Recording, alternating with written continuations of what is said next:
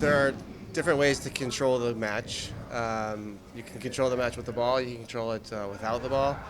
You can control it in transitions. You can control it in set pieces. You control the score line. So there's many ways to dominate a match. Possession is one of many statistics that the Galaxy is traditionally very good in. We are not. I think we've proven over the past couple of years, and other teams around the world have proven that that's not the only statistic that matters. So I thought we were very good in the first half. We executed our game plan perfectly. A little unlucky not to maybe get a red card, I think, the way we saw it, but and maybe another goal. But fantastic first half. Second half was just lacking a little bit of control in our transitions to maybe not go to goal all the time and just possess the ball a little bit, take the sting out of the Galaxy. But the tempo was high, the intensity was there, and we saw around the 72nd, 73rd minute they ran out of gas, and then things were fine after that. What does it mean, Steve, that in this rivalry game, everyone gets up for it?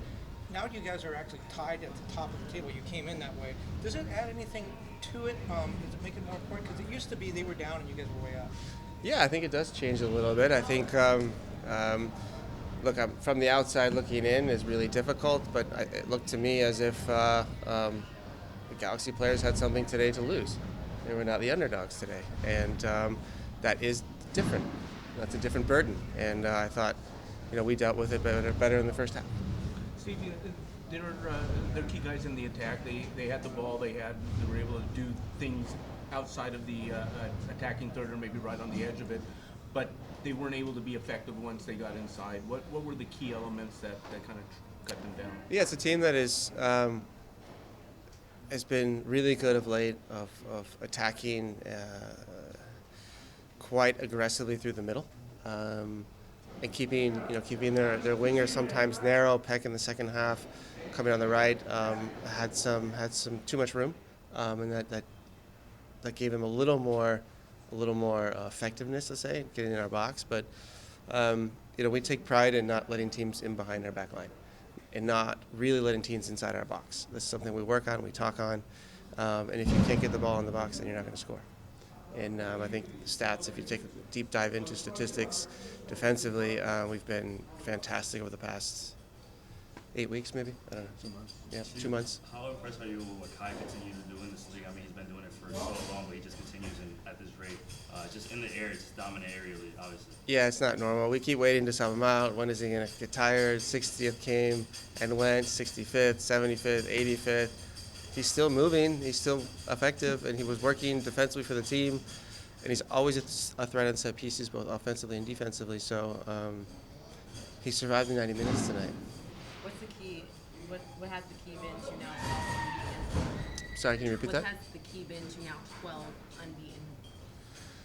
I think it's the basics. I think it's always reminding the group of what they do well and what we need to do in order to win games. And these are things we talk about, we show them, we work on daily.